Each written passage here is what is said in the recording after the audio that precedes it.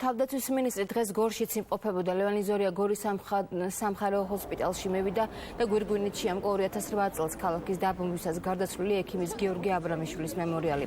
თავდაცვის მინისტრი სამხედრო ჰოსპიტალის მედპერსონალსაც გაესაუბრა. მინდა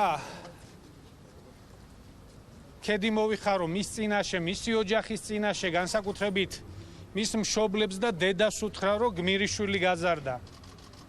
ასევე თქვენ დიდი მადლობა იმისთვის, რომ ასე ემსახურებით ქვეყანას და ვიცი, რომ იმ დღეებში თავდადებით მუშაობდით და სიცოცხლის რისკის ფასად მუშაობდით. გიორგი აბრამიშვილი მუშაობდა აქ სამხედრო ჰოსპიტალში 2008 წლის 12 აგვისტოს, როდესაც დაბომბეს რუსეთის სამხედროებმა.